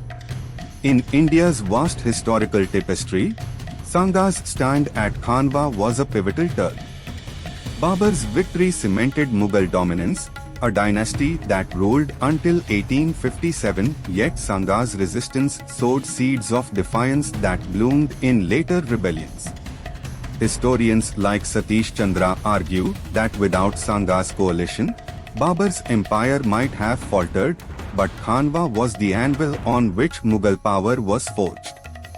Had Silhadi stood firm, had the cannons fallen silent, Sanga might have seized Delhi, altering India's fate. Instead, his defeat became a glorious tragedy, a moment when Rajput valor shone brightest against an invincible tide. In popular memory, Rana Sanga endures as a hero.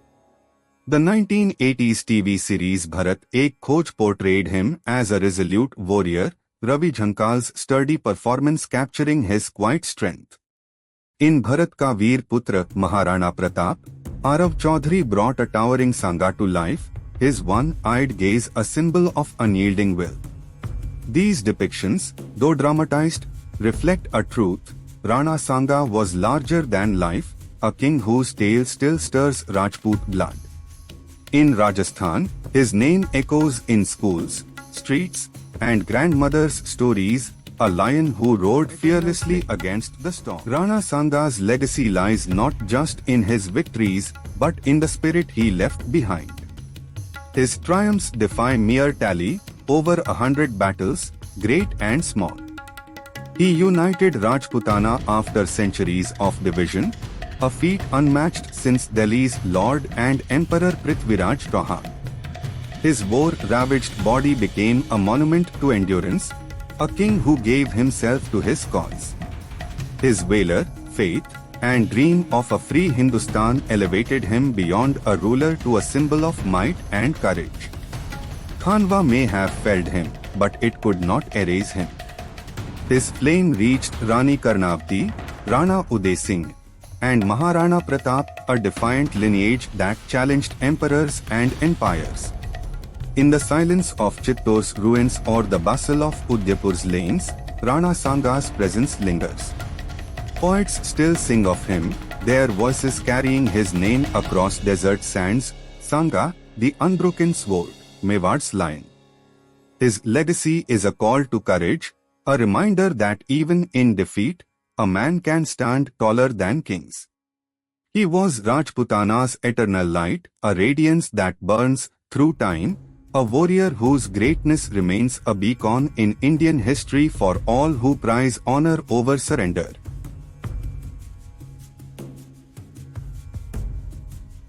Conclusion: The lions roar through time. The tale of Mewar's Maharana Sanga, Sangram Singh I, is a tapestry woven with threads of blood, steel, and indomitable courage, stretching from the dusty plains of Rajputana to the shadowed halls of history. Born in Chittor's fortress in 1482, he rose from a third son to a king whose name resounded across India, a warrior who forged an empire from his land's fractured clans. His battles at Khatoli, Dholpur, Gagron, and Idar made Mewar an unrivaled power of its time. His alliances were a fleeting dream of unity that challenged sultans and invaders alike. At Khanwa in 1527, he faced Babur, a titan against a new age, and though he fell, his defeat was a glory that outshone many victories. His death in 1528 marked not an end but a beginning, a legacy that burned through his sons, his grandson Maharana Pratap, and the soul of Rajputana. As the sun dips below the Aravali hills, Rana Sanga's roar still echoes, a call to courage, a hymn of honor, a testament to a man whose greatness shines like the desert stars in Indian history. Sanga's place in India's saga is both monumental and poignant. He was a king at the pinnacle of greatness, a leader who, for a moment, held the reins of destiny. Under his reign, Mewar reached the zenith of its might, its borders sprawling from Rajasthan's sands to Malwa's plains, from Gujarat's coasts to the edges of Uttar Pradesh, an empire that rivaled the most formidable powers of its day. He united the Rajput after centuries of division, a feat unseen since Prithviraj Chauhan faced Muhammad Ghori in 1192. His victories over Ibrahim Lodi, Mahmud Khilji, and the Gujarat Sultanate were more than conquests. They were a resurgence, a revival of Hindu sovereignty against the tide of Muslim rule that had dominated India since the 12th century. Had betrayal not struck, had Khanwa turned in his favor, Sanga might have seized Delhi. If Silhadi had not faltered at the crucial hour, if Babur's cannons had wavered even briefly, the Mughal dawn could have been halted at Khanwa, rewriting India's fate. Historians ponder this, what if, a tantalizing glimpse of a Hindustan shaped by Rajput hands rather than Mughal swords. Yet, Rana Sanga's greatness lies not just in what could have been but in what was. His body, a map of war, one eye lost, one arm severed, one leg crippled, stands as a monument to sacrifice, a king who gave himself to his cause. Poets counted 80 wounds, the tally growing with each telling, yet each scar was a crown, a mark of a warrior who led from the front. His valor shone in acts like sparing Mahmud Khilji and honoring fallen foes, elevating him from conqueror to a guardian of righteousness, a king who, after a long interval, fought for principles alongside power, as history bore witness. His coalition at Khanwa crumbled, but it was a marvel of diplomacy and willpower, a vision of unity that inspired him even in the Baburnama, called him Hindustan's greatest ruler, a forced tribute underscoring Sanga's stature. Khanwa's tragedy did not diminish him, it crowned him with martyrdom. He faced a new world of cannons, muskets, betrayal, and fate with a courage that defied the odds. His post-battle oath, to reclaim Delhi or die trying, was a vow he could not fulfill, yet it burned like a fire that reached his successors. Rani Karnavati upheld Mewar's flame, her Johar a mirror to Sanga's defiance. Uday Singh to rebuild from ashes, establishing Udaipur as a new stronghold. His grandson, Maharana Pratap, carried Sanga's torch to the jungles, forging alliances and roaring at Haldighati in an echo of his grandfather's spirit. Sanga's legacy was not just in the stones of Chittor and Kumbhalgarh but in the blood and souls of those who refused to bend, a resistance that challenged Mughal rule across generations. In the broader sweep of Indian history, Rana Sanga stands as a bridge between eras. He was the last great Rajput king to challenge the old sultanates and the first to confront the Mughal tide that dominated India for 3 centuries. Khanwa secured Babur's empire more than Panipat did, crushing a Rajput resurgence that might have altered the subcontinent's course. Yet Sanga's defiance sowed seeds of rebellion. His spirit lived on in Pratap's guerrilla wars, the Maratha uprisings, and the fires of 1857. He was a lion whose roar shook the foundations of empires, a reminder that even in defeat, a man can stand taller than his victors. Today, Sanga's name resonates beyond history books. In Rajasthan, he is a folk hero, his tales told by grandmothers and sung by poets. Maharana Sanga, the one-eyed warrior, Mewar's unbroken sword. From Bharat Ek Khoj to Maharana Pratap, he strides across screens as a colossus, his wounds a badge of endurance, his gaze a challenge to time. In Chittor's silent ruins and Udaipur's bustling streets, his presence lingers like a whisper in the wind, carrying his war cry. He is more than a king, a myth, a memory, a call to the Rajput spirit that values honor above life, courage above comfort. Sanga's greatness lies in his totality, a warrior, a unifier, a man of faith and family, a king who bore his people's burden on a broken body. He was Mewar's lion, a force of nature roaring against the storm, his blood staining the sands red, his dream of a free Hindustan burning brighter than the fires that consumed him. His life was a saga of glory, a triumph of Rajputana's unyielding spirit, a testament to one man's power to defy destiny. As we stand in the shadow of his legacy, we hear his roar through time, a call to remember, to honor, to rise. Maharana Sanga was not just a ruler, he was India's eternal flame, a light that guides us still. Vertical bar, Jai Bhavani, vertical bar, vertical bar. Vertical bar, Jai Eklingaji Mahadev, vertical bar, vertical bar. Final words.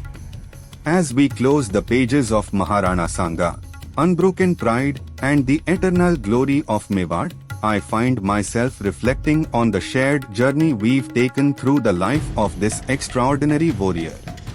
Maharana Sanga's historical record, though vivid and direct in parts, often feels shrouded in the mist of time, especially when, even 70 years after independence, we have nurtured indifference toward preserving our legacy and history. As a result, our past frequently lies hidden, with gaps I have tried to fill through careful research and an imagination rooted in the spirit of his era. My primary sources include parts of Babur's Baburnama, which portrays Sanga's strength from a conqueror's perspective. But I haven't relied solely on it, as a one-sided truth can never be the whole truth. That's why Rajput histories and Mewar's oral traditions, which preserve his legend in song and story, have also guided me. These accounts, though sometimes contradictory, paint a consistent picture of a man whose valor matched his vision. I have strived to stay true to known facts while interpreting the silences where history offers little. The scars on his body, the loss of one hand and one eye, are well documented, as is his clash with Babur at Khanwa in 1527. Yet, the emotions and personal impact of his reign are matters of my conjecture, drawn from the ethos of the Rajput world he inhabited. My hope is that this work honors Rana Sanga's legacy, not just as a warrior, but as a symbol of resolve. For those who wish to delve deeper, I recommend exploring James Todd's Annals and Antiquities of Rajasthan and the vibrant folklore of Mewar. Read them, listen to them, and understand them. Sanga's story is a flame that still burns, unbroken, eternal, and worthy of remembrance. Thank you for walking this path with me.